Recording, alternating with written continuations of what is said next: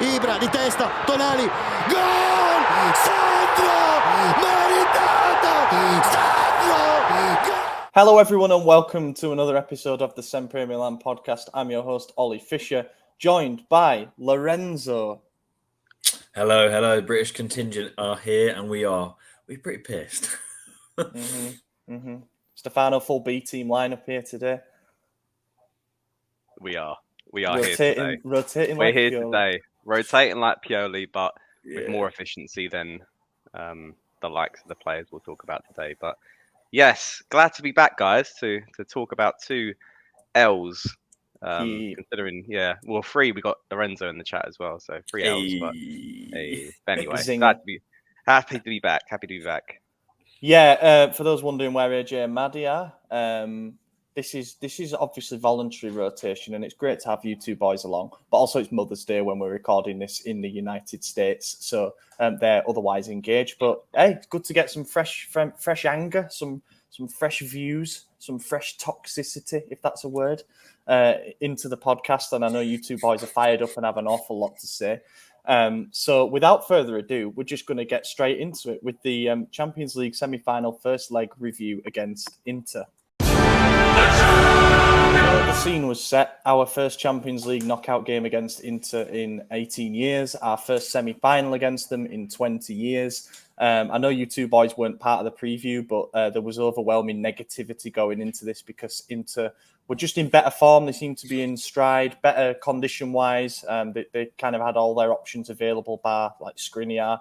And just generally, they had a few more certainties than what we did going into this fixture, given our stuttering run of form in the league and the fact that they've beaten us twice already this year. I've got a list of things that we're going to talk through point by point that I actually made a list of while I was at the game because I wanted to do it chronologically on the podcast. Those of you who don't know, I was there to cover the game for the website. Poor sod. Not a nice trip to go on, but I mustn't moan because being there for the Napoli game was pretty good. So the first thing I have on my list, Dzeko Calabria mismatch first goal. One of you two can fire away on that. Go on, Steph. You go first. No, you don't want to go first? Okay. Where do we go with this? Calabria's 5'8". Is it 5'8"? No, he's 5'10", but still. You know. What's those 2 inches really? Dzeko's 6'4". Well, yeah, could be important for some. Let's be honest. It was awful. What made this even worse from a tactical point of view is that we clearly don't know what we're doing when it comes to corners. It's fair enough that Calabria's picking up his man, but where's the communication that you put a tall person on a tall person? That's just logic. And then his comments afterwards. Calabria's comments afterwards are utterly ridiculous. I mean, that actually annoyed me almost more because we know we can't defend corners. So the fact that it happened is kind of like, okay, cool. Great finish, by the way, by Dzeko.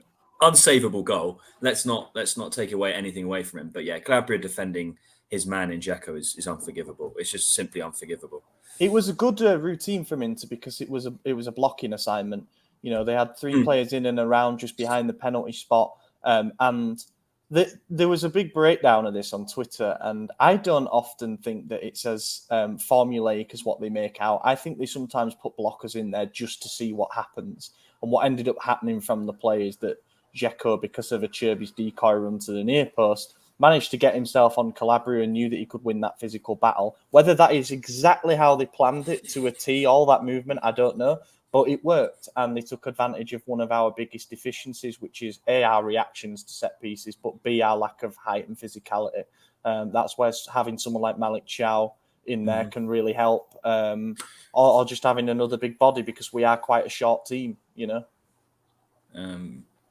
it's crazy. I mean, how do we actually? I'm going to ask both of you. How do we actually defend corners? Because I don't know. I actually don't know. I don't know the tactics behind it because it's so redundant when I watch it. I don't understand. I'm getting him on the podcast next week to explain this, but I was sat next to a guy called Liam who was doing a tactics piece for The Athletic, and it was really good to speak to him and pick his brains on what he was seeing because he was able to. I was doing like the match report, and he was able to actually look at what was going on from our amazing view up there. And he was saying, as we've picked out many times, we basically play a mix of man and zone. The man-to-man assignments are always on their three biggest threats, which are usually grouped towards the back post. The zone assignments are usually at the near post, but generally staggered across the 6-yard box. But obviously, it depends on what kind of a routine they're trying to run. If they group at the near post, you've got more men there. If they group at the far post, but either way, it's not working, and it's not good enough. It's not good enough. We'll come on to the Spezia game, but we conceded another set piece that way. It has been an Achilles heel for so long now that it goes beyond just being a coincidence. Stefano, you've fired up. Coil Spring, go for it. Yeah, I think you're on mute. That's a good start. I was currently swearing about 20 times there. No, I don't really want to talk much about the first goal because as much as, yes, it's the defensive issues from set pieces, which I will talk about happily regarding Pioli and how I'm going to go into him after the Spezia game, it was a fantastic finish from Dzeko. First time, it's just incredible finish. And it's more the reaction from that moment is what pissed me off from this fixture we're talking about, the Inter Milan game. I can't really talk much about it. It's once again similar thing. We got issues from the set pieces. Great finish from their end, but let me divulge a bit when we go forward with the rest of this game. Yeah. Point number 2, then I've written down freedom of Milan for Di Marco. I picked him out in the preview, and I picked him out in the key battles piece before the game as being the man that we need to watch out for. He's actually got nearly twice as many goal contributions as Theo Hernandez has this season. He's been really good. If I was an Inter fan, he'd be my favourite player. As a result, he's probably my most hated player because he's just good for them and he's an Interista and all that. Unfortunately, he happens to be very, very good at timing his runs. And the balance that they managed to keep somehow with him essentially playing as a left winger in addition to the front two is a credit to the way that they played all game and the way that they have done for the last few weeks. That's just what I put. It felt like Calabria was never in the right place at the right time to deal with that attacking threat. And given that they should know each other well, from their time together in the Italy camps and the battles that they've had before, there should be some familiarity there. But yeah, every time we surrendered the ball, either trying to build an attack or trying to play through the middle, which we did so much in the first half, they were very quick to switch it out to the left flank. Di Marco was always there, and we might as well say that led to the second goal. Cut back from Di Marco, dummied by Lautaro, Mkhitaryan strolls through. Either of you got anything to add on that? Let me go at this one, because this is what really pissed me off. And this is what we should be past this point of being so sort of like erratic. Yes, we are a goal down. We are the home side. We want to sort of step up the gear a little bit, but calm the ship down. What we don't need to do, and what happened right before, Di Marco cuts through, is Calabria pressing up too high. The midfield's overcommitted, and all of a sudden we're stretched. We shouldn't be in that position. We should be trying to neutralise the game a little bit more. We know what Inter are like. They kill us on the counter-attack. We overcommit, and we fed right into their hands, and Di Marco killed Calabria. It was a great little dummy from Martinez, and then basically leaves us exposed to Tonali.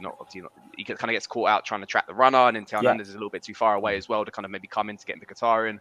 It's just, it's a calamity of errors, but it all comes down to just being lack of maturity, complete naivety, but just trying to chase the game immediately, and then potentially putting us out of scope of the fixture.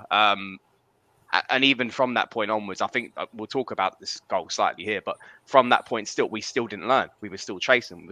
They could have been 3-0 up in the first 15 minutes. Yes, it was a point when Benacer came off injured and they were just kind of going for our throat at that point. But it wasn't until Mike Mignon had to basically pretend an injury to calm everything down, just to give us some time to breathe and get back into it. But yeah, that whole second goal was a complete lack of maturity.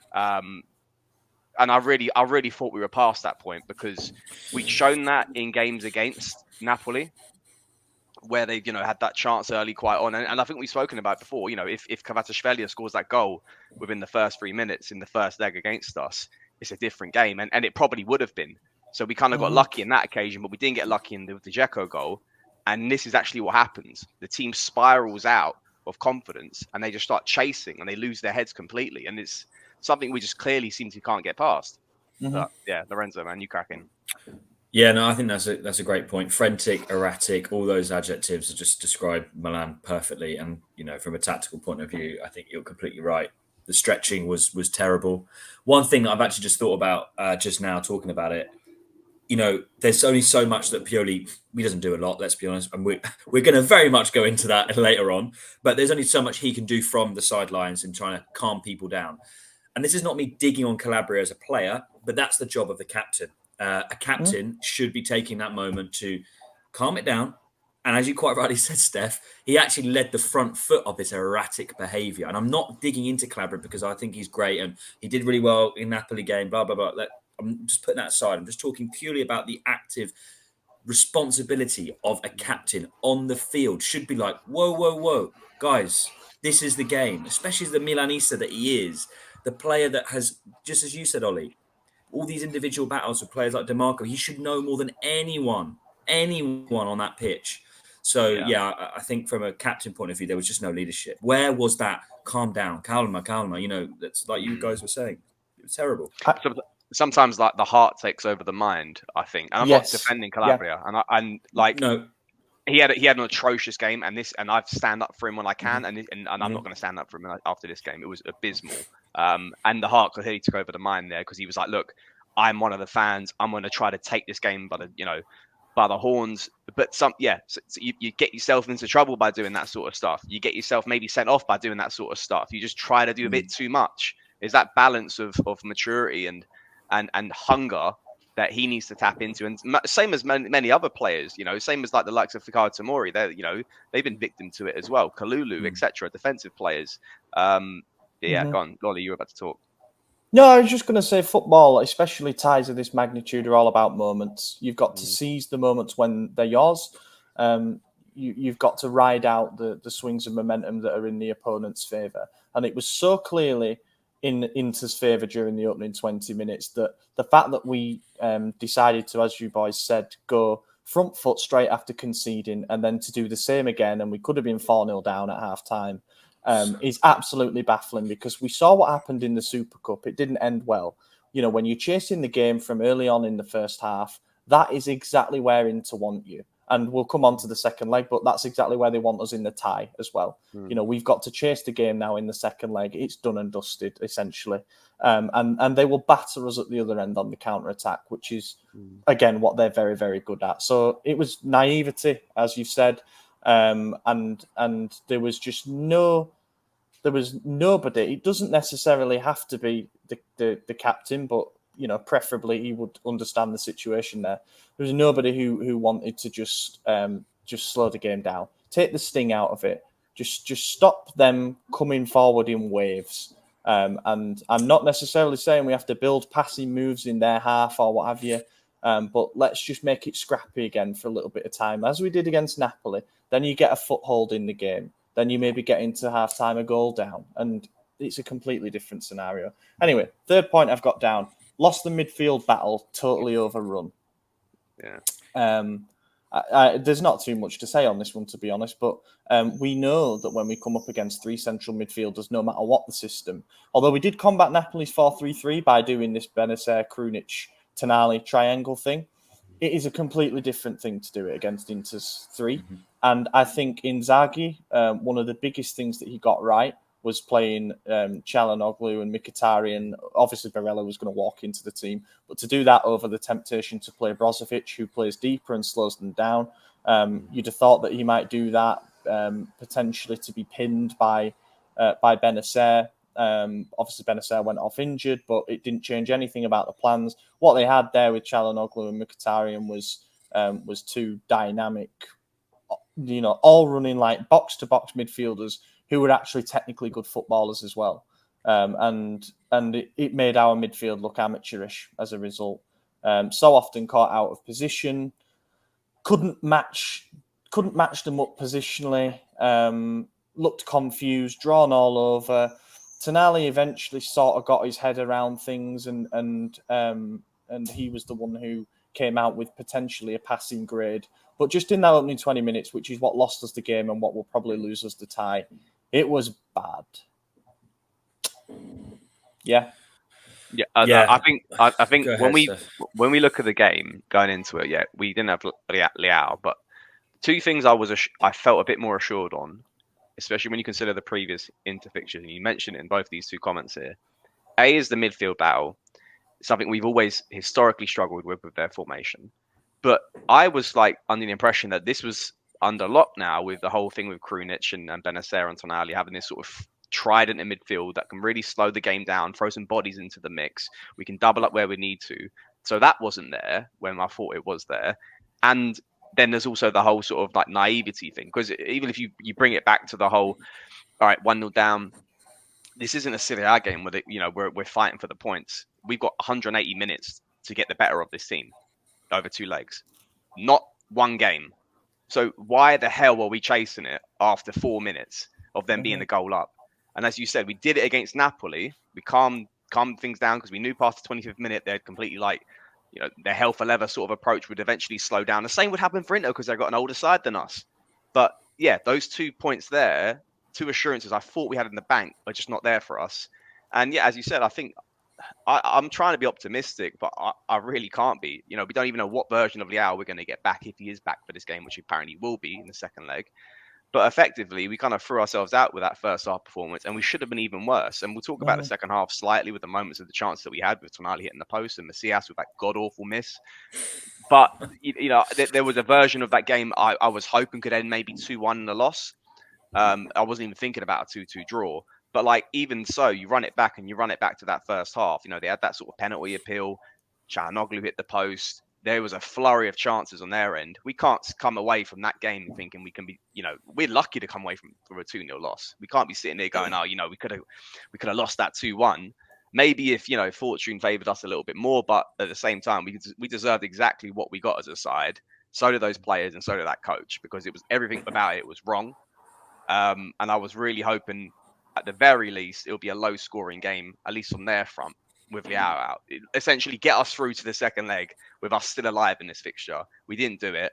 And we're now asking for a mountain to climb with our best player, which we'll talk about, because it's always, what is it? Leao and Inshallah, whatever people say, the whole tactics. That's essentially what it is. And we're banking on his player. So anyway, whatever. I'm just happy. I'm happy he's hopefully getting a renewal. But yeah, it's mental first leg. But Lorenzo, go on, man. Yeah, I think the other thing that while my mum was walking past, I saw that. Good, another guess. Yeah, is you're talking about maturity. Not only did obviously we get overrun technically and tactically, and that we didn't match intensity at all. The players didn't really, and this is the ref was bad. Let's not be honest, but at a certain point, you've got to kind of understand that that's how the ref is going to sort of adjudicate the game. And we didn't. We didn't get any of the 50-50s. He was letting stuff go. So be physical. Get stuck in. Yeah. Raheem and Krunic in particular, every single moment they could, they fell. Every second. No ref, no foul. And then all of a sudden, Inter have got, 2 or 3 players ahead of our 2 that are still on the ground. Ridiculous. Utterly ridiculous. There were moments like when Krunic got the yellow, I think at the end of the first half, when he's complaining that Diaz basically got elbowed by Mkhitaryan. It's like, geezer, shut the hell up. Yeah. Let the ref. Yeah, crack on with it. And then now you're on a yellow and you can't, as you said, can't up the physicality up. We lost Lorenzo now. We can't up the physicality up in the second half. So yeah, it's crazy that we just didn't read the referee and of the game. It's just insane.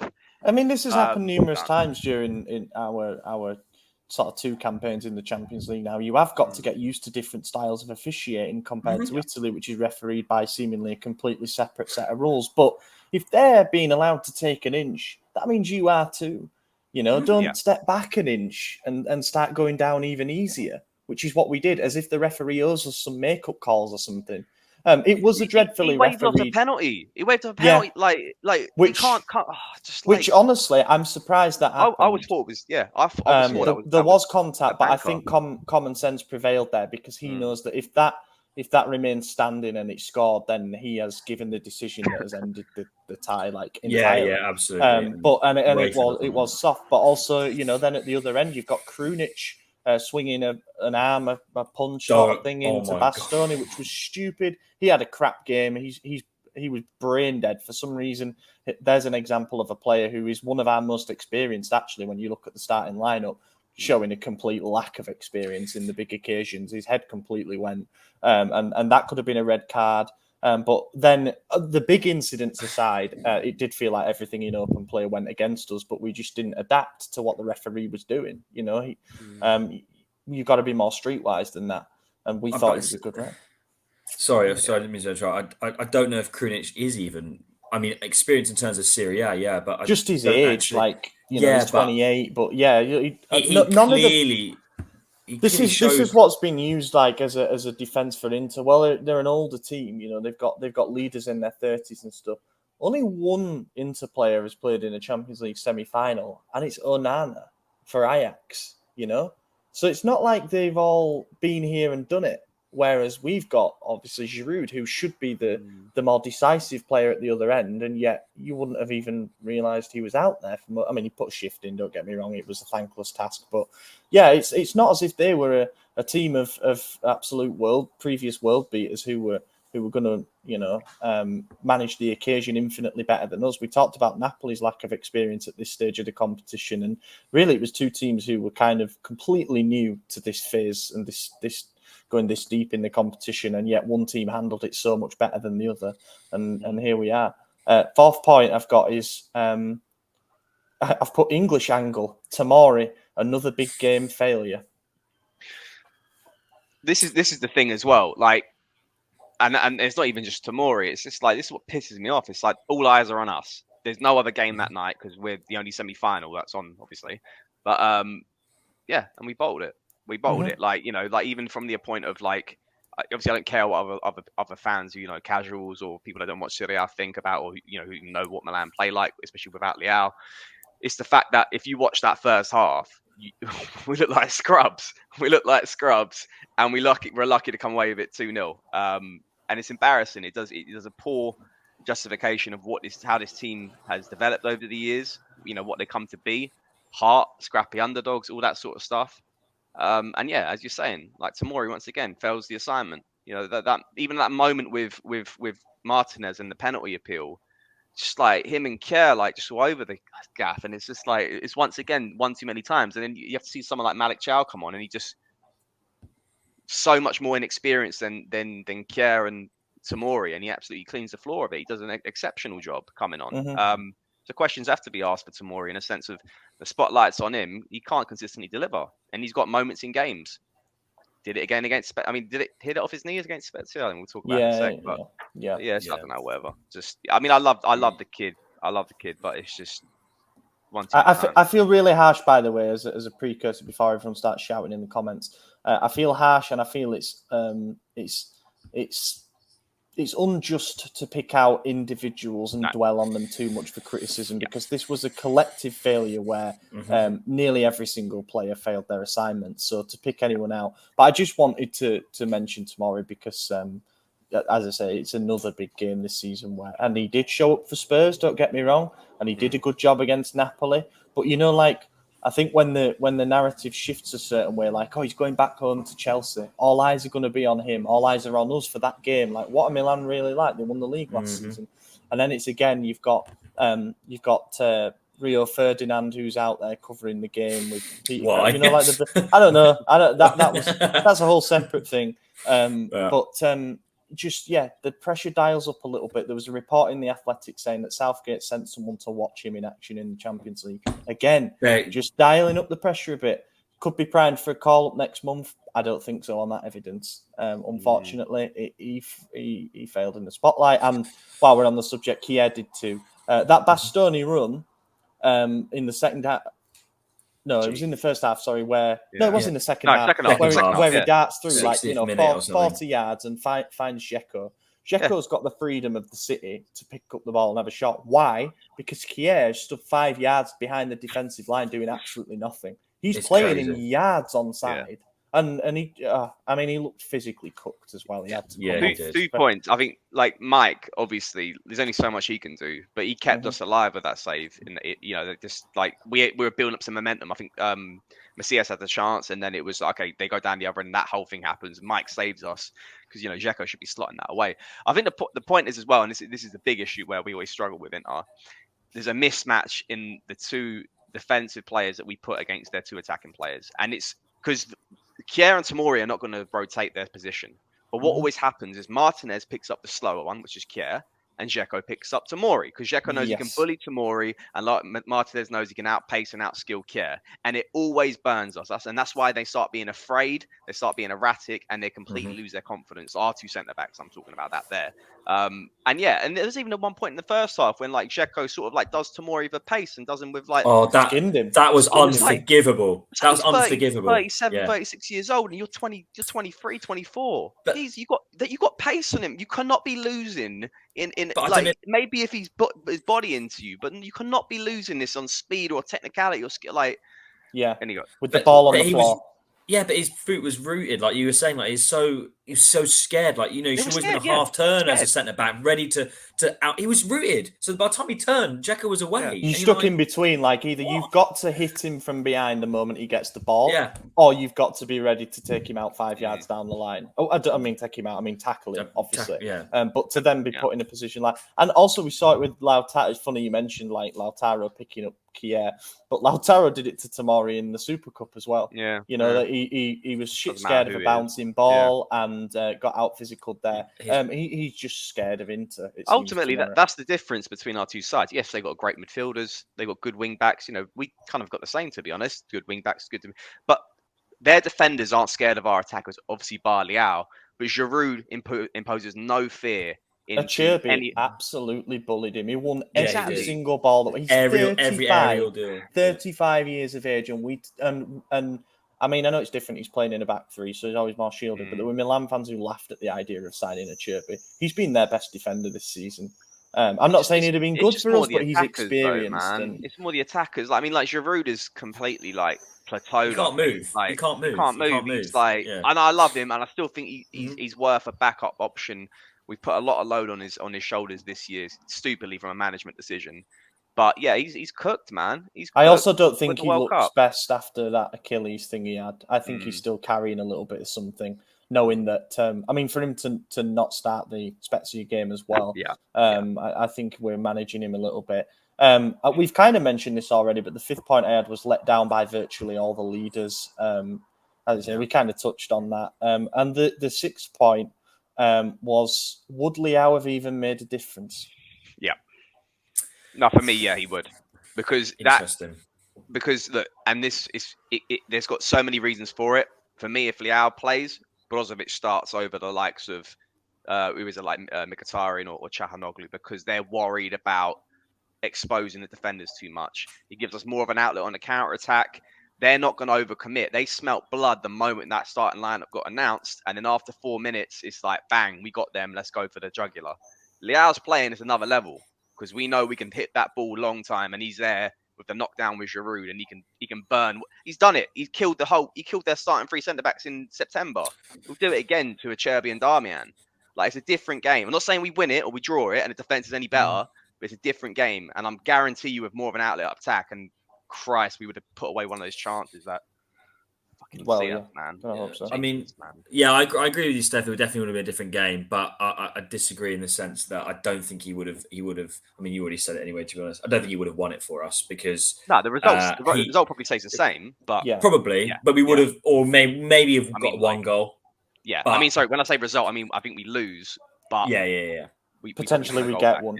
I just think about the last 2 games that we played against Inter, when obviously we lost without scoring a goal. Leao was, ineffectual, unfortunately. That's what I would have thought. And then Leao against Napoli in that first leg, when we were absolutely under the cosh for the opening 20 minutes. Again, he was a bit like, there's only so much that can be done when the team's getting absolutely battered.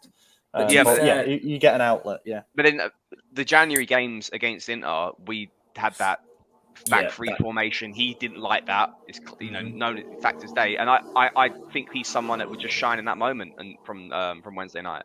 He's someone that would just see that as a chance to go for it. It would give us a sense of freedom, a sense of hope. But there wasn't any hope. We had no outlet on the attack. Salamaker's did the best as he can on the left wing. He can't do so much. He was taken off the 60th minute for some reason. Yeah, I mean, the substitutions we'll talk about, but yeah. Anyway, look, second half, Macias, Jesus, man, that shot It's playing with a bronze player on like you're through on goal on semi-pro difficulty. I've said this so many times. Do you know what I mean? Unreal. He's so wooden. He's so wooden as a player. Like he's got no like technical ability. He's got the same move. He always just like delays that shot and then he gets it off and it's. He never commits though. Like he always feints as if he's going to go inside. And we were right behind that shot where we were, and it would have been an incredible precision shot to actually score from where he opened up his body from. If he takes that touch inside and has the defender going the other way, he's got half a chance if he puts his foot through it. Just again, how many times we said it? Our forwards making the wrong decision in the crucial moment, and you know he could have even looked for a cutback, to be honest, because there were options arriving in the box too. Fine margins as well. Tonali hits the post, and that deserves a brief mention. Anything else to touch on? No, I mean, like I think we say this all the time. It's moments, and they took their moments clearly and had a lot more than us. And had more in the second half. And Pioli coming out after the game saying that we dominated the second half, all this crap. And this is another thing I'm pissed off of him about, is post-match interviews. But we didn't dominate crap, man. We had 2 good chances. They stagnated slightly because they knew that they were 2-0 up. And effectively the game was probably out of the water and they didn't need to do any more. Probably just not let us score. That's why they did the defensive substitutions and then threw on the likes of, who'd they throw on? Like De Vrij, Brozovic. It's killed the game off. They were just like, if they don't score, we take a 2-0 late and then they'll kill us as a home team. But like that's another point. Look down the 2 benches. Yeah, I mean, they got depth, obviously. Inter are supposedly in financial crisis, and I think the full effects of that are still to be felt, in time. Don't get me wrong, when the bond needs paying up and whatnot. But there's no excuse for the 2 squads there. They're throwing on Lukaku and Correa as we bring on Kalulu and Pobega in a game that we're 2-0 down in. It's fucking embarrassing. Like that can't happen. I know we've had injuries. Like if Leao's fit, then maybe we're throwing Salamanca's on instead, and we feel a bit better. But it is just there's a big gulf between the 2 squads, and I think people were naive to presume that there wasn't. And it's a squad game. Is 2 legs. Yeah, but Ollie, I agree. But like, look at our squad to last year to this year. We lost Kessie and Romagnoli, but we've also were supposed to add some good quality when we signed them. CDK, I'm not even talking about the youngsters like Ranks and Chow, but CDK, Origi, like no one else is injured, like other than Leao, and obviously Benacer got injured, but that's hindsight going into the game. Let's say Benacer's fit and he lasts the 90, and they've lost players as well. Perisic went, I can't remember where else gone, but like Alexis Sanchez, like they've lost some players too. Massive. Skriniar's not even playing anymore, who was their best defender last season. They've just done more with their depth, and we've done nothing with ours. And that's another thing about Pioli. And there's obviously the players they're culpable as well. But it's like it's fun. You mentioned Origi briefly there. I do want to say that for some reason he decided to turn into Leao when he came on the left wing when he went on that dribble. It's remarkable. I mean, I know, again, it's benefit of hindsight and whatnot, but might he have been a better shout to start on the left? Because at least he brings something a bit more direct. Like Salamanca was so easy to defend against because all he can do is cut inside. And all he does is dribble. Origi, is like a flash in the pan. He'll give you 2 moves when he comes on or he starts the game, and then he just goes as a ghost. Like he doesn't run. He doesn't run into the channels. There's nothing. He just gets the ball. He'll run. That's it. He's not a winger. He's not a winger. No. Like we could. Try but if he's being played on wing, he should at least. He's just lazy. He's it's a lazy. Square peg in a round hole. Like, and they're saying he's not good anyway. Like he's not good enough anyway. But he's a square peg in a round hole. Is the biggest issue at his side. We've got 3 supporting strikers. Those are false 9s. Origi, Rebic, and CDK. That they don't have a position in this side. They can't contribute anything because the formation doesn't dictate them to do. Like can just try to do something, but then effectively he's going to go back to the default, which is being obviously crap, and then he's just trying to stay a bit more central. Yeah, he just hangs around just in front of the 6-yard box, doesn't he? That's what he does. I mean, that's what we effectively were doing the last 20 minutes, was just trying to get it long and then get Pobega with the long shots from outside the box. Hey, Pobega was good for 10 minutes. We won the league last season. We literally won the league last season. Yeah, we did somehow. Yeah, man. Right. Let's just do tops and flops and get tops and flops then. Yeah. Top for me was God. It's really hard to pick one, but it's between 2 players, and I'm going to go with Mike. Yeah.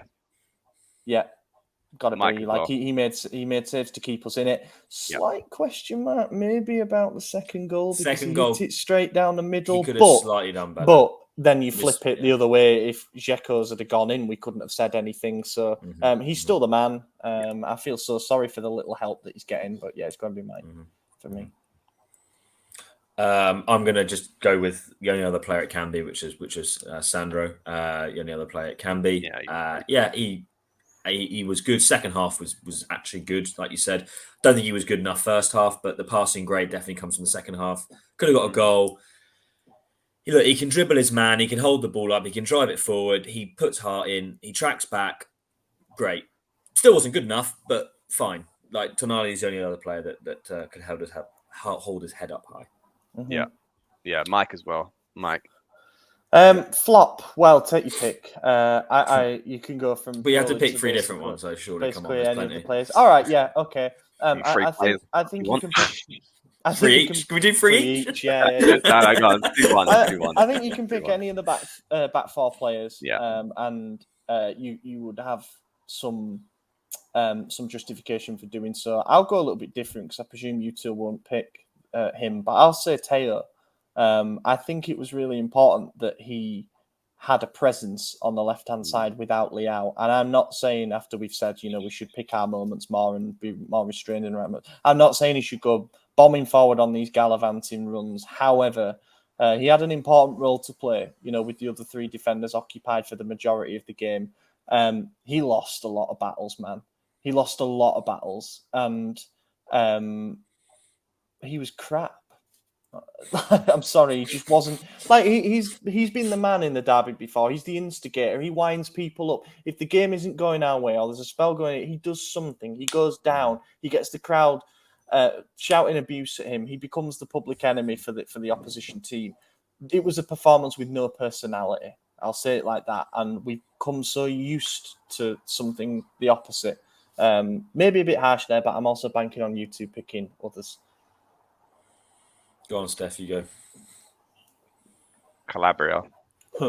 because it's only fair. Like, I'm his biggest defender, and I'm also put the pressure on him the most.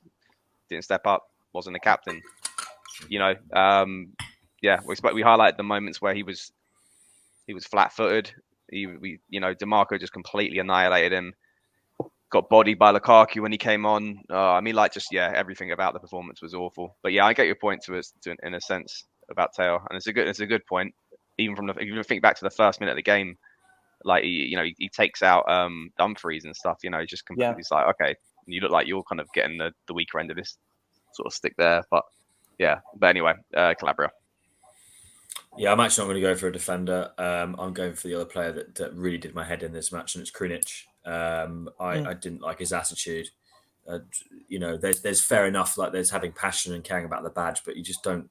You don't lose your shit and punch a player and potentially get sent off. Which, let's be honest, if we don't have Krunic for the next leg because Pioli sucks him off like there's no tomorrow, then I don't know where we go. It was just unprofessional. You just don't do that. There's a difference between being passionate for the badge and fighting for it and being a dickhead and just not using your brain. And he was a dickhead. He was just a dickhead all game. Dickhead. Krunic. I would also stretch that to the majority of the team as well, but that was very well put.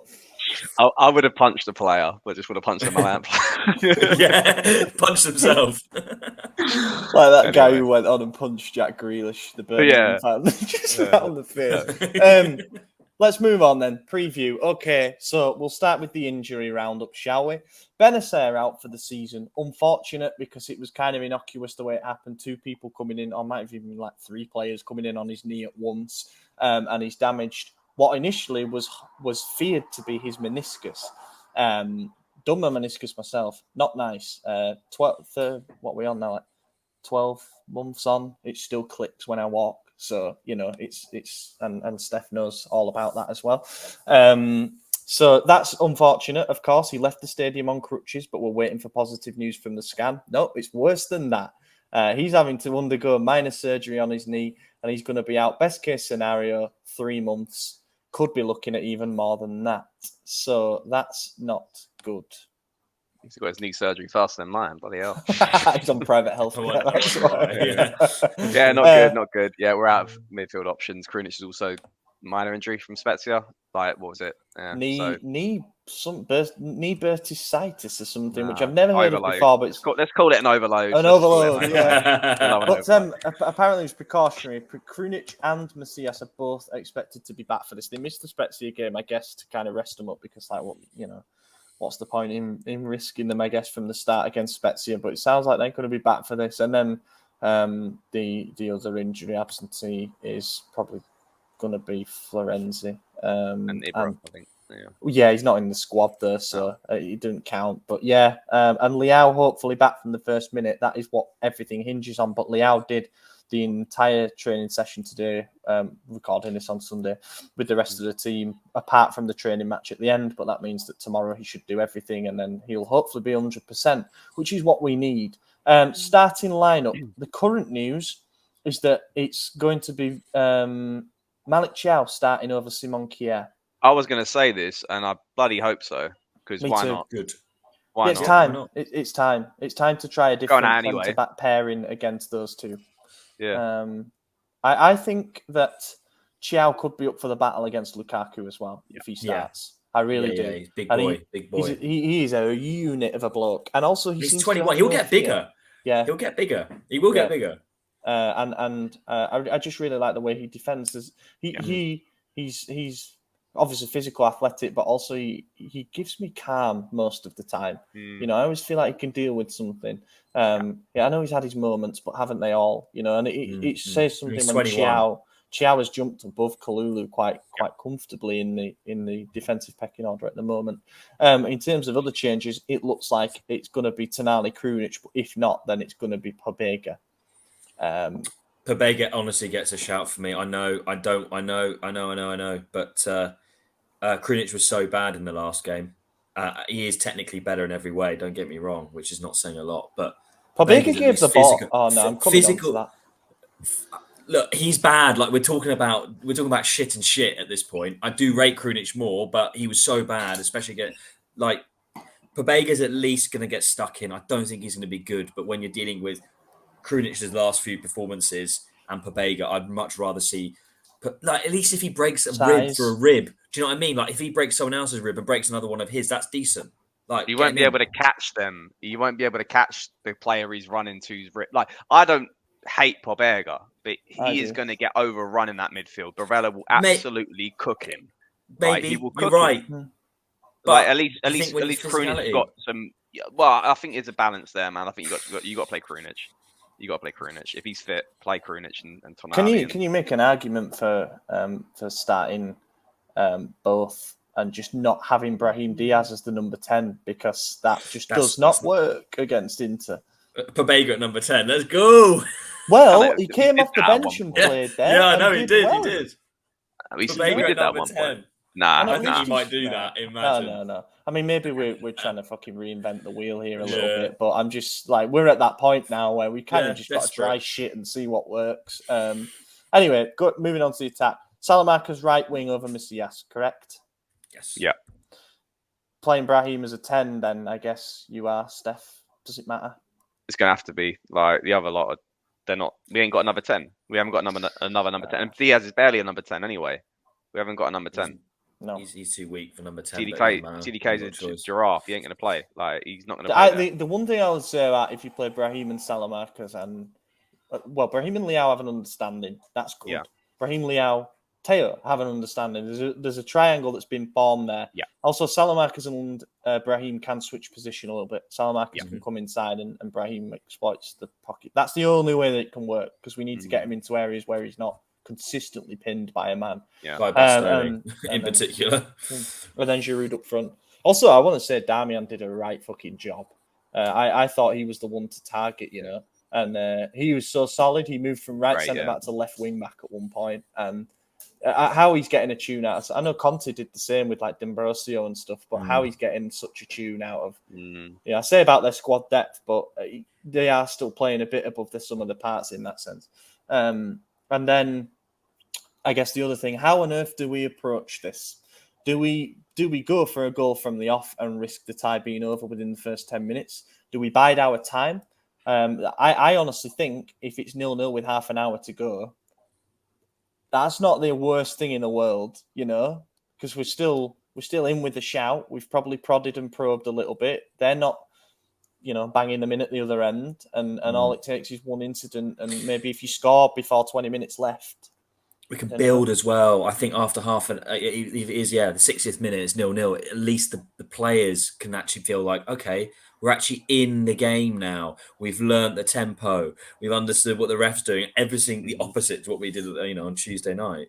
Look back when we've always beaten Inter, and it's always when we start getting Inzaghi to make some substitutions, and he either overcommits or he gets defensive. He did it when he was 1-0 up against us, and we clawed those 2 goals back. He made defensive substitutions to go Perisic. He threw on, I can't remember, he threw on at left wing back. He threw on like another defender or something like that.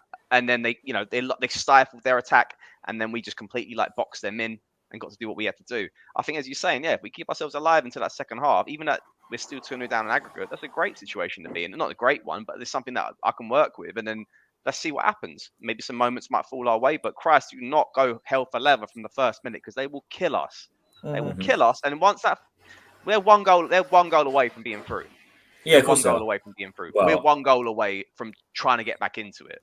It's like the old proverbial cliche thing of next goal is massive, potentially tie defining, isn't it?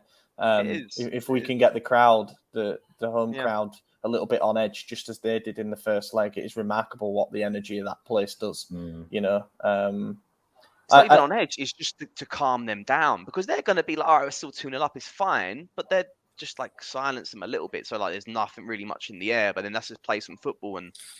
I would love if we did get a goal. Play a bit of football. Yeah. I'd love it if there was no over the top celebration as well. Like we score it 2-1, 70th minute, and we just grab the ball straight back to the kick halfway Onana line. in the back of the head.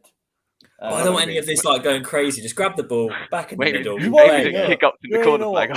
You don't know what will happen. It'll be like a deflected cross that goes in at the near post. And we'll have Brahim under the curve and Nord grabbing the badge and kissing it, and we'll lose 6-1. But what you should do is just pick it Island. Unreal. Anyway. The other thing that I had on the list for the preview was miracle or massacre. What do you think is more likely? We pull this off, or it goes down in the history books as a murder? As in what they like. As in they beat us 4-0 and it's 6-0 in aggregate. Obviously, we beat them 5-0 in 2005 with the technicality of the second game being abandoned due to flares hitting Dida. But that 5-0 is still a stain that can't be erased. And are we worried about the same happening in this? I don't think we'll get. Are you saying are we more likely to get lose 4-0 or just somehow overtime them? I don't think either of those will happen. Yeah. I think we'll just lose 1-0 or 2-1 and that'll be it. That's the most likely scenario for me. I don't think we're going to get massacred or the miracle. We'd like that to happen. Everything that we've seen this season has led us to believe that every time we have a loss, we come back and we step up. And I'm not saying the same will happen again, but there is some formula to that. We effed up pre-Lazio game. What was that against? Who do we play in that fixture again? Cremonese. Yeah, Cremonese. We draw to them. We beat them, convincingly.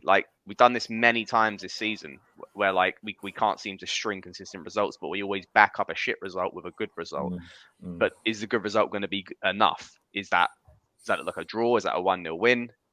Is that a 2-1 win? I don't know, but I don't think we get battered. No, I don't think we get battered. As long as Leao starts, we're not going to get battered. Because I love the kid and he'll save us. Because you love him. No, I agree. We won't get battered. I don't think that'll happen. I think we win. No, I think 1-1 draw. 2-1 1-0 loss. 2-1. I think we win 2-1. I just don't. Quote me if you want. So I don't. Really care, a prediction that you've instantly decommitted from. That's so funny. Clip it. I don't care. I think we win 2-1, but not enough to go through. Imagine if we went 2-0 up in that as well and then still concede. I think we lose. Don't. I think we lose 2-1. I just don't see. We will lose. I don't see it. I don't see us beating them. I don't see us beating them in a game of football, no matter what the circumstances. Like, it is as simple as that. I just think they're better at football than us. Sometimes they score more goals, and we can play see football. more. We just need to play football. when we don't score, we rarely win. You know. That honestly, we laugh, but that's probably Pioli's tactic. He goes, guys, we just need to play football. Mm-hmm. Just play football. If we don't fucking score, we don't score, but we will fucking score, in the words of Neil Warnock.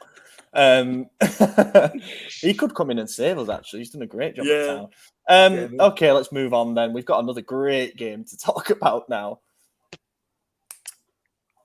From the joys of a 2-0 defeat against Inter to a 2-0 defeat against Spezia. I can't believe we've been going 50 minutes. This is going to be a long one, eh? Locked and loaded. First things first, starting lineup. Thoughts on the starting lineup? Good enough to win the game. Yeah. Yeah, that's starters. There were obviously Mike in net, but there were starters in each department generally until you get to the attack, where you say Brahim Diaz has started enough games for him to be considered a starter, but he is not going to be enough without complementary players around him. You got Origi and Rebic and Salamanca, of course, and Pobega in midfield. It was good enough to win the game against a team that have been utter dog shit for the last 2 months. Their last win was against Inter of 2 months ago, and they've gone 8 without a win, and they've slipped into the bottom 3 by 3 points. I said in the preview podcast, that'll play into our hands because we're playing a team that's down there, but they actually need to win games now because time's slipping away. Well, they did. They did win a game against us. It was, there's one thing this season that I haven't been able to fault the team for against teams like this. We try, and sometimes we just can't break them down because we've got a lack of quality. That's fair enough. Rotations don't help. There's not much fluidity going on, but they fucking try. The body language in the first half of that game yesterday was absolutely appalling. There were players who were losing the ball and giving it the old, and not even jogging back. Just standing there and waiting for a man to come over and cover. Like, it was very bad. Don't know, man. Fired up. Anyone? Yeah, I mean, it was. I think Steph's gonna go ham on this, and I think you're quite right in the chat because for so many reasons, this is utterly. It's worse. It's okay for the occasion. Yeah, Champions League. We need to turn up. DNA, all this sort of shit. It was crap. We've been through that. But this is Spezia, man. Yeah, they've beaten Inter. You've had a few good performances. They're what, 18th or 19th? Yeah, 18th. They were 18th. Shit. They are shit team. Yeah? Shit team. Good team, your sister. We were worse. Gyasi made Tomori look like a mong. Like, oh my God. Every single time. Like, I kid you not. Gyasi was there, like, shifting shit. What's Tomori doing? Falling over. Actually pathetic. I also Nzola. That Nzola's a right size, isn't he? Christ, he's huge. Spezia. I watched this with my friend. He was like, "Who is Spezia? Where is that? Beautiful part of Italy, by the way." But who? Yeah, tough. Go for it. May I? Yeah, okay, yeah. This game sums up the season, not the season for us, but Stefano Pioli's season in Milan. And in many ways, I had to write down, as you did, notes on how tactically bad we seem to be against these types of sides. I've spoken before about the whole tactic of just get it to Leao, which is now becoming an issue because we are so self-dependent on the player. We have nothing else. Even to the point where we're trying, as I said, we're trying to put square pegs in round holes. Why are we playing the same formation with Leao not in the side? When we tried it before against these weak sides, and we try to slot in Origi, CDK, Rebic, he's not there. Find another solution. You have these players. It's not going to change. They're not all of a sudden going to click and work this 4-2-3-1 out or 4-3-3 out. They just don't have it. They're all half of them all bloody false nines. Find a different solution. So that's on Pioli, and the tactics have been so reliant on one players on Pioli as well. He's had enough years to get this right, especially against the low block sides, which we seem consistently unable to break down. We're talking about the defensiveness from set pieces. We can't even attack from set pieces. There was one point, a period of time in January when our crosses were actually decent going into the box, and now that's gone completely. We can't seem to score from set pieces. We can't seem to defend from set pieces. Christ, where have we got it? Oh, Christ, I don't even know where I'm at to here. Why is Rebic now a centre forward and Origi's a left winger? What's happened there? Rebic a season ago was the left winger backup option and was supposed to be starting over Leao the season before that, and Origi was supposed to be the centre forward, but now they've swapped positions. Nothing. No, so I'm going to keep rambling. We haven't got back up to the 4-2-3-1. It was that back three formation, but there's nothing else other than that. He's had plenty of time to work this one through, but he can't seem to get through the low block. We can't compete in a multitude of tournaments. It's management's fault as much as it is Pioli's, but at the same time, this is what it is. Every game is a final. I've heard this last season. I heard it the season before that. This game was a final, and we fucked up. We royally fucked up. Lazio drew the night before. All we had to do, the assignment was simple. Go to Spezia. They're a weak side. Beat them. We didn't do it. And lastly, Pioli, and it goes back down to these attacking players. Pioli has struggled to develop players beyond the starting 11 and the usual 3 to 5 players he can rely on. And there's the layer of responsibility needs to go on him. We've invested 30 plus million euros on CDK. Origi comes in, he's one of our highest earning players. Rebic as well, who's Mr. Reliant, someone he used to rely on heavily of the years gone by. Even the backup options, Ballatore, Vranks, Pobega, he can't get a tune out of them, while other coaches can get a tune out of their squad depth players. And then, in attack, we seem to have meltdowns anytime we go near the box. All of our shots seem to be from long distance. The moment we get into the box, our players just go completely fucking mind dumb. And I'm done, man. I'm done. It's a lot of shit, and we're not going to get top 4 now. It's done. It's effectively done unless the Juventus get their points revoked. But even so, Christ, we got to hope that Atalanta or Roma don't somehow still overtake us. Hey, if Roma win the Europa League, we're stuffed, and that could very well happen. Well, no. We would need an extra spot then. An extra spot, yeah. But anyway, effectively, well, if they finish in top 4, they wouldn't. But look, I'm really fed up of this season in Serie A. I want it to end. We were second place in January. And I need to remind a lot of people about that. We were second place, and getting out of top 4 wasn't even an issue.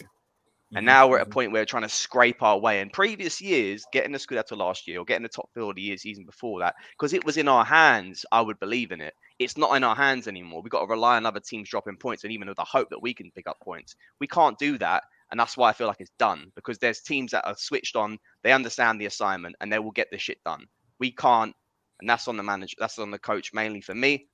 I don't know. I'm not going to. I've said many times it's potentially he's got to go if you don't get a top 4 finish. And I love Stefano Pioli. He's from where I'm from, in Emilia-Romagna in Italy, from where my family's from.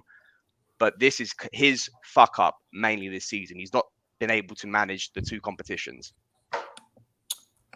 Yeah. Anyway, I'm pissed off. Stubborn man, Pioli. Yeah.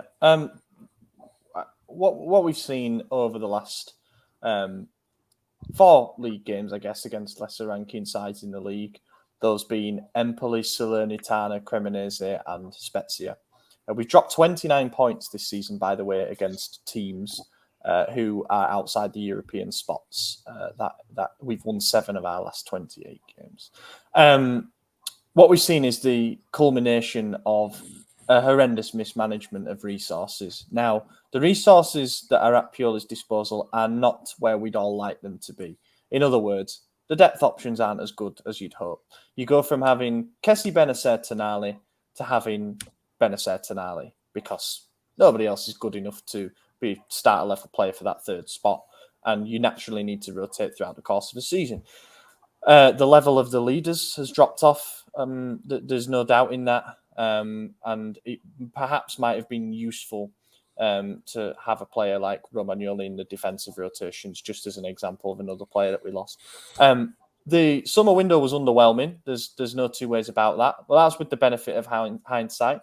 We chose to double down on the youth project that we're doing, rather than signing complementary players who are ready to go, who can be plugged into these roles that we know for our system that we've had for years now. we chose to go with players that need a lot of time and experience to be bedded into the league, and they were never going to be afforded that time. But then, with all that context, you're in a situation where through the first half of the season, admittedly, Champions League group stages are important. Trying to defend the Scudetto is important. But when you come to the second half of the season, Champions League knockout stages come around. You're having to field your first 11 in that. That's natural. And then you've got those games in between where you're having to play players. You're having to play a rotated 11. That's other teams have had to do that. They have. It's a fact of life. You need to be able to balance the competitions. In those games where we've dropped points, the attacking group in particular, the defensive record isn't too bad, Spezia aside. The attacking group in particular, they look like they haven't played much this season. They look like they haven't played together much this season up to this point. Why is that? Because they fucking haven't. You're throwing them out there together and expecting them to pull off results at the business end of the season when the pressure is so high, when you've given them 100 minutes prior cumulatively. You know? He threw on Adley in the second half against Spezia. He wasn't bad. He did a couple of bits here and there. But I saw someone say something along the lines of how fucking impressive was Adley. How low is the bar? Yeah. How low is the bar now, really? Seriously, like, what are we doing? He wasn't impressive. He was okay. He wasn't anything special. What are we doing? Why doesn't he play more or something like that? I mean, yeah, that's a fair enough argument. But yeah, look, this is the stage that we're at now. We accepted it 4 weeks ago that we are putting all our eggs in the Champions League basket. And then we learn, as we perhaps already knew, some of us, that that when you field a heavily rotated lineup in the league, it is not going to be good enough to beat the teams that we need to beat in order to make sure that we're in that fucking competition next season. He's bet the house on something we have 1% chance of winning, and it's going to lose us 50 million euros. It's like minimum. A gambling addict. It's like a gambling addict, isn't it? It is remarkable.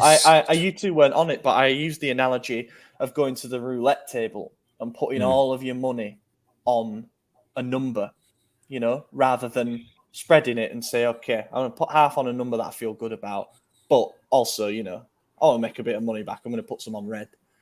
Fuck it, all on a number. Then when it doesn't work, oh shit, gotta go home now. Lost all my money. This is the thing, like, and I think, like, he's not going home. He's getting sacked. Should he be sacked? And it's like, well, if we base this on the project that we know that management want to do, which is sustainability and get top 4 finishes because it's financially the best thing we can do, he's basically negated that with all of his decisions in the second half of the season. And if people want to say, okay, the quality is in there in attack, I remind a lot of people. I look at the attack from last season. Yes, Leao, the breakout in the second half of the season. Ibra, we rely on a couple of goals in the first half of the season before he got his consistent knee overload injuries. But like we had like Messias, who you see there still there this season. Diaz, who was awful to all of last season, who's been better this season. Salamakers, who was awful last season, who's been better this season.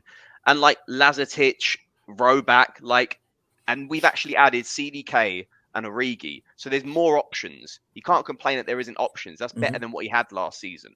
And he can't get a tune out of them. And to your point, Ollie, is bang on, is that he set them up to fail. Yes, they haven't delivered, but he's also set them up to fail. There's only so much you can do. Embed them in a bit more quicker. And the CDK thing is just bizarre how he deserves it. Like, that is a perfect microcosm of the problems at the moment that almost deserves its own. And then, I mean, CDK situation, I mean, the fact he's going to finish the season without a goal, and I fucking guarantee he will not get a goal this season, is embarrassing. And they're going to analyse his performance at the end of the season. So as I joked in the group chat, what goals for next season? He didn't score one this season. Like, it's embarrassing. And then, Rebic is Rebic as well. Like, I just like the fall offs are just so. It's just there's too many for it to be a coincidence. It needs to lie to what's the root cause, and Pioli has perfected it when he's had limited options and the backs stood against the wall, and he's had injuries, and it's got you're the team I have to rely on. I'm throwing square pegs and round holes. You will crack on and fucking do it. When he's got a multitude of options, and even players that we were expected better this season, he's not delivered with them. and he's not been able to develop youngsters as a way that, we've pointed out before, Adley, CDK, the players we had high hopes for, and he's not been able to get a tune out the experienced players like Rebic, Origi, even like Florenzi. It's just like he only put Chow in there out of necessity as well. Yeah, absolutely. Yeah. Ranks as well. Like he might as well go back right now. Like Desta's, that was a stopgap anyway. But like there's a multitude of issues with this season. It starts with the transfer market, but effectively you have what you have and you get on with it. And Pioli's basically just gone like, fuck it, I can only rely on 14 players. The rest of you lot, that's I don't want you, basically, without even saying that. But he comes out after the games defending them. Makes no sense. Yeah. But anyway, the Spezia game, fuck me, man. I mean, I've had people on Twitter come out, like, someone say I'm not a true fan. I was watching my uncle's 70th birthday. I was watching that shit on my phone while having dinner with my cousin as well, as a Milan fan as well. And it's just like, and you want to say I'm not a Milan fan, I go watch that shit. It was fucking awful. Like, we should be dominating these sides. Yes, they should be able to carve a few chances naturally because they will break on us and our defenders are erratic. But Christ, we should be able to control the tempo a lot more better. It went back to what we were at the start, maybe like midway through the season where we just get caught in transition and we can't even just box them in a little bit. There's no rhyme or reason to it. It's basically, we have tactics is just basically get it to Leao and then hope for the best because he's an incredible attacking player, and all of the rest of the players just basically hopefully that cross might come into you and you can score a tap in. Yeah, but Pioli said that we controlled the first half, so yeah, so we did, so it's fine. Fucking controlled. Pioli's one of the most stubborn. Obviously, we've not met him, we haven't spoken to him, but he comes across incredibly stubborn. Not arrogant to a point. But stubborn, incredibly stubborn, and it'll be his downfall ultimately. I just hope the club wakes up and does it sooner rather than later. The thing is, Pioli's a likable guy, and I've really liked, and he's not arrogant, he's stubborn. Many times before, and I don't want people to come across that I've just changed because the form's changed. What pisses me off more, the form changes, but I see nothing from him. It's then react to it. Maybe switch the tactics up, try to get the best out of the rotation players. If you fuck up in the game, maybe come out and be a bit honest. Be honest. Don't just come out with this jargon like the Inter Milan game. They had 7 minutes of domination. Like that's a load of crap. We got our asses handed to us. Admit that in the Spezia game and in the Inter game, and tell these players straight up exactly what they need to hear. It isn't good enough. It can't be the fucking ultras doing it after the game, and it can't be Ibra. It needs to be you, the coach. And he cannot motivate. He can't motivate. That's his problem. He cannot motivate. I wanted to touch on two things before we go away from it. Number one, you mentioned cannot motivate. Have you seen Kier's interview to Milan TV after the game? Fed up. No, I haven't. He looks completely fed up. His body language is poor. Like, I understand that he's always worn his heart on his sleeve. He was the one who said we concede too many shitty goals. I like that. I like that he's honest. He doesn't sugarcoat anything. But there was sort of like, you saw the fire in his eyes before.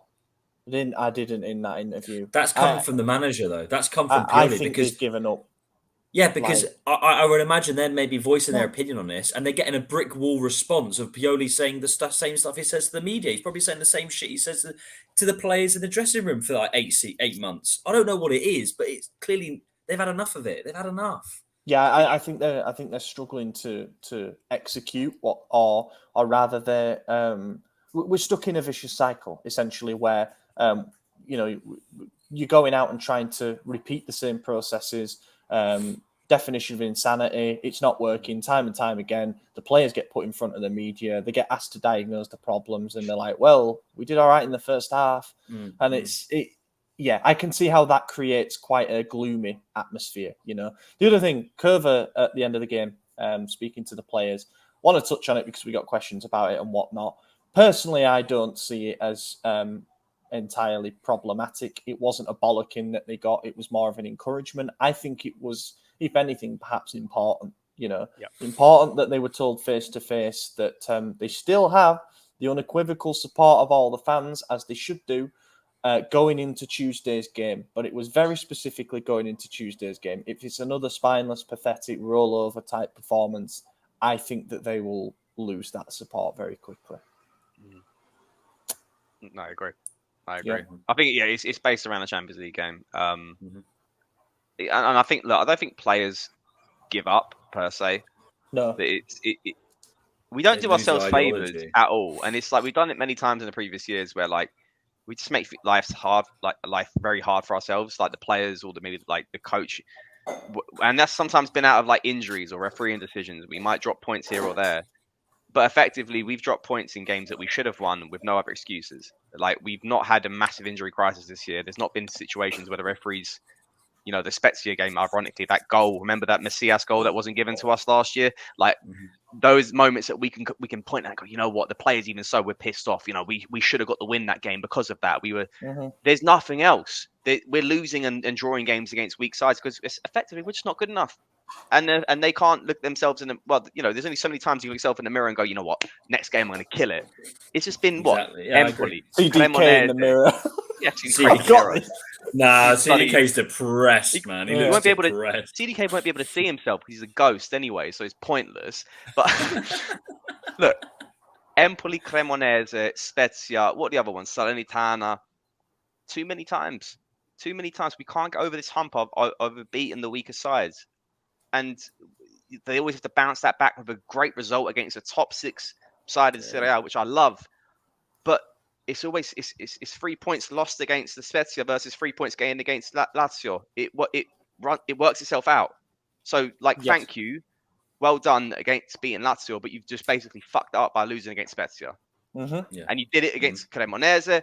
Even like Spezia the first half of the season when Giroud scored the last minute winner, and then we drew the next game to Cremonese. Like, there's only so many times you can keep pulling yourself out of hell just to get knocked back down there again. Yeah, agreed. Top and flop, no top for me. Yeah. I can't pick one. I really can't. It was as bland and as beige as I can remember. I actually turned it off at one point to put the Notts County penalty shootout on. Legitimately, I'm not even lying. That was 8 minutes well spent. Top has to be Yassine Adli for the best midfield performance we've seen since Zinedine Zidane. and we are saved. No, he was bright. Don't get me wrong. I just think it was funny. I think it was a funny overreaction. Yeah. The bar's low. The bar is low. But yeah, go on. Flop. Everyone. Yeah. Tamari. Yeah, Tamori was so bad. Yeah. Tamori made Gassi look like Ballon d'Or worthy for me. It was embarrassing. I worry about Tamori because when he has these horror shows, it can take him some time to recover. And I think we saw that. Spezia only have one player who's scored double figures goals this season. Then again, probably so do we. But there's a massive drop off to their second top scorer, Framanzola. They scored 20. They'd scored something like on average 0.7 goals per game this season, and we let them have 2. So yeah. I want to go Rebic because once again, I just saw nothing from him. I saw nothing from him. Rebic is such a donkey, isn't he? He's just done. He's done. It's so disappointing. I love this. I love this player, but he's done, man. But, I'm taking it back. Pobega lost possession 17 times. Oh yeah. Did he? Yeah. It's got to be him. It's got to be him. You want him against Inter, Yeah, man. I don't want Krunic to punch another player in the face and get sent off. But then again, is 10 men better without Pobega? Maybe. At this point. Yeah. Right, let's move on. Preview Sampdoria. Wait, did you pick a flop, Lorenzo? All of them. I don't think it matters. Let's move on.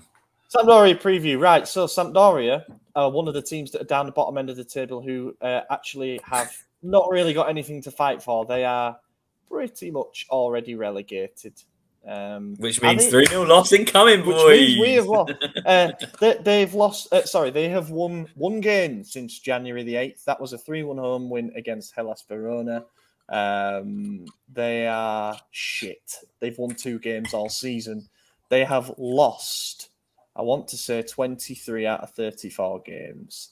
And they have scored 20 goals. And our record at home against Sampdoria is generally pretty good. Why am I worried then? Therefore, they're going to go down as one of the worst teams in Serie A history, and we're still fighting for an objective. Why am I worried? Because I don't even care about this game. I don't actually. We will beat them. We will beat Sampdoria. Look, we will beat Sampdoria because we'll go out midweek, and like, why the fuck not? You know. Also, I'm not watching, so. Yeah, I don't even think this is what day is it on? What day? Saturday is it on? night. I mean, Saturday night. Yeah, I think I'm out as well. To the old. Nah, I probably will find a way to watch. Yeah. Maybe in the pub. I'll be in the pub. Half-time alcoholic spaces with Mark. I mean, look, we can't even do the whole like predicted lineup thing because we don't know what the crack's going to be with the second leg, and we don't know who's going to be fit, who's going to be back.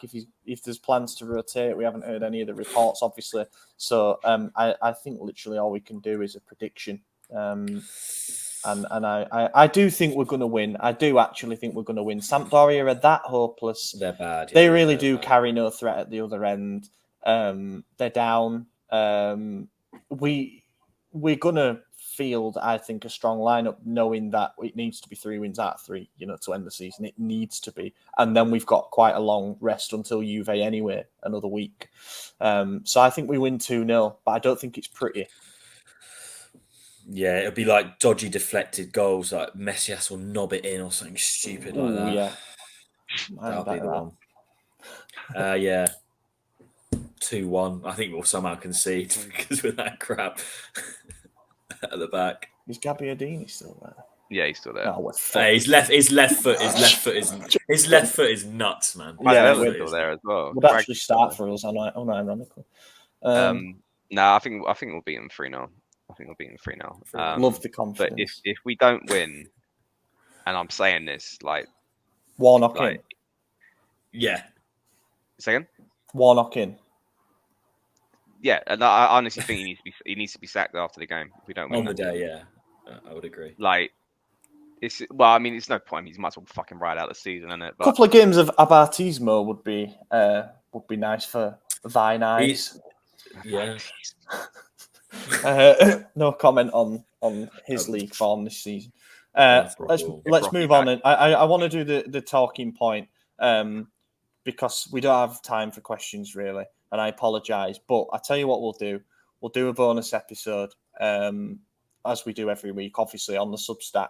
But we'll answer all the questions in the bonus episode. So stay tuned for that. I'm sorry we not got to them on the main one, but the Substack's free. You can go sign up. We'll do like a 20-minute and we'll go through all the questions. I just wanted to make sure this is on the main podcast. Rafael Leao's renewal is done. It is going to be signed next week. A situation we all did not think was possible, and he's done it while we're at our worst since he's been here. Of course, that's the way it works. Here's the details. 5 million net salary fixed per season, plus bonuses that are expected to take it up to around 7 mil. He'll get a 2 million signing bonus, which I think equates to what he's already contributed towards his fine. The deal is until 2028, which means it's a 4-year extension from the previous 2024 deadline. The release clause goes up from 150 mil to 175 million euros. Lille will pay the entirety of the fine to Sporting CP. And there is a bit of confusion as to whether we're going to reimburse them for that as part of a separate deal or whether they're just paying it and they're going to net the money back from a future resale. Emotions, boys, how are we feeling? Resale clause as well, 15%, isn't it? Oh, yeah. There are rumours about that going up, but I don't think that they're... I think that's probably the release clause increase probably is to counteract that a little bit. But yeah, I mean, it's fucking great news. Let's not joke or beat around the bush if he goes this summer because Pioli stays and we miss out on Champions League football, which would be the management or the higher ups, Jerry, resigning us to mediocrity for next season. At least we'll get money. And if things pan out a bit better and he stays, then fantastic. He's Rafael Leão. He's a sort of, I would say, a step below the likes of like Vinicius's, but he can get there. Fantastic player. Good to keep our stars. We're a destination club again. Fantastic. Great. I think, yeah, I mean, really happy. I think if you, the way it was panning out, if say when we don't get top 4 and we probably don't get to the Champions League final and then Leao was not extending his contract by the end of the season, I would be absolutely livid because I'll be worried that basically he's just going to hold that against us and just, force a move this summer for, unbeneficial financial situations. But yeah, renewing the kid. And I think a lot of people say that, oh, we're lucky to have him. And we are very lucky to have him. But at the same time, I challenge most people to find a player who basically is given the keys at a club. And I was saying, it's basically the tactics at this side is get it to Leao and give him effectively positional freedom to not have to worry about defense and just show what you can do in attack.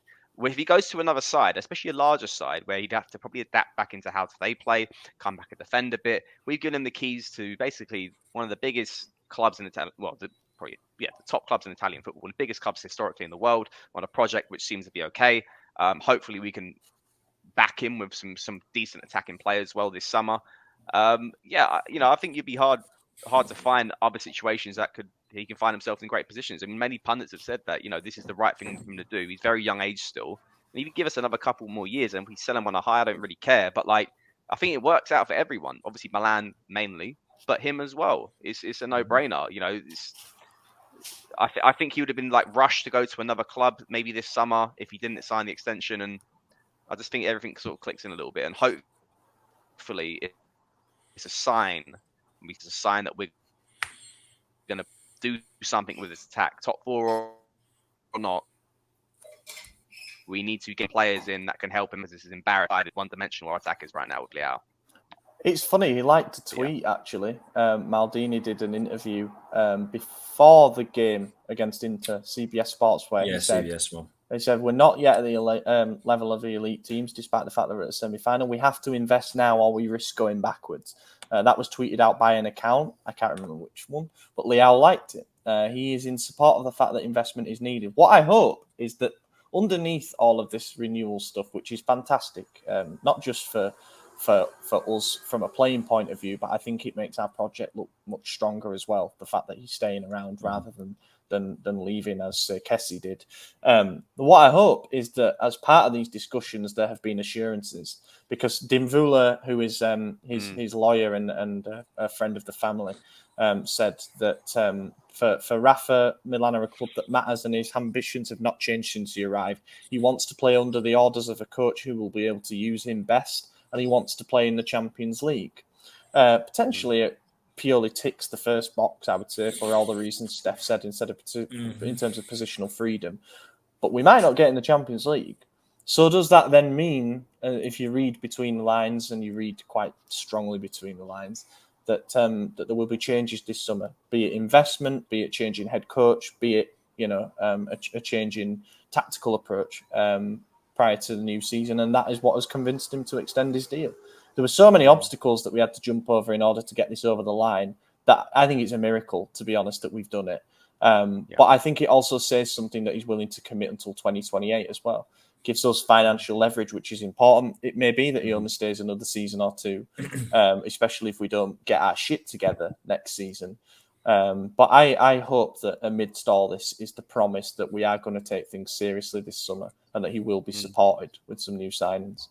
Yeah, the theory's there. The logic's there for that, definitely. Yeah, and it's a great summer. We keep talking about the free agents. It's a great summer for free agents. And we're not talking about 30-year-old plus players. We're talking about players who, is it Kamada? Kamada, Asensio, Ndika, Husamawa. Yeah, Reece Nelson. I really like what Reece Nelson. I think we need to have a bit of an overload, sort of an overhaul. Sorry, overload. I've already had enough of them, mate. An overhaul in the attack, and it can be done on a budget. Yeah, it can. It can be, absolutely. And we have to be ruthless. None of this crap like keeping Macias or Rebic. Like, let them go, cut them loose. Ibra as well. There needs to be a question that's made there as well too. CDK, there needs to be analysis and see what we can do there. It needs to be cutthroat, because effectively we've set this team up to fail with the attack that's being provided to the coach this season. So we cannot do that again. We cannot have a situation where Giroud at 38 years old or whatever he's going to be next season is our starting striker. That's embarrassing. So back the player, Black, one of the best attacking players in world football with some fucking talent, is simple. And also spread the threat, which then makes him more dangerous when he's into. Anyway, brilliant, boys. I'm going to have to wrap it up, looking at the time and whatnot. I hope everyone's enjoyed this, what's approaching now a 90-minute rant. But I think it's important that we channel the moment. We give people what they want and how they're feeling. And I hope we did it justice. And we're all praying for a miracle on Tuesday night. But while ever their prayers, at least we're not disappointed when they don't come true necessarily. But it is going to be a really interesting summer. It's going to be a really interesting last 4 games of the season as well, which we hope can become 5. But yeah, thank you to everyone, seriously, who tuned in for this. It can't be easy when it's so negative. And definitely tune into the Substack where we're going to go through questions on some of the other topical issues. But in the meantime, I've been your host, Ollie Fisher. You can find me on Twitter at Ollie Fisher. Lorenzo, cheers for joining. Yeah, thank you. I hope it's been cathartic for you guys, and by some good grace of God, we can win on Tuesday. But yeah, Inshallah. cheers for listening. And Steph, cheers for joining. It's all right. Yeah, pleasure. And we're going to win on Tuesday. Believe it. Go Leao. Go Leao. Let's go. literally saves his job if we get to the final. Yeah. But here we are. Yeah. Thank you for watching, everybody. Drop us a like, comment, subscribe, and a rating on your favourite podcast platform. And we'll be back next week. Eccolo Ante in area di rigore, Ante, Ibra, gol! Vediamo se è buono, ce lo dà buono.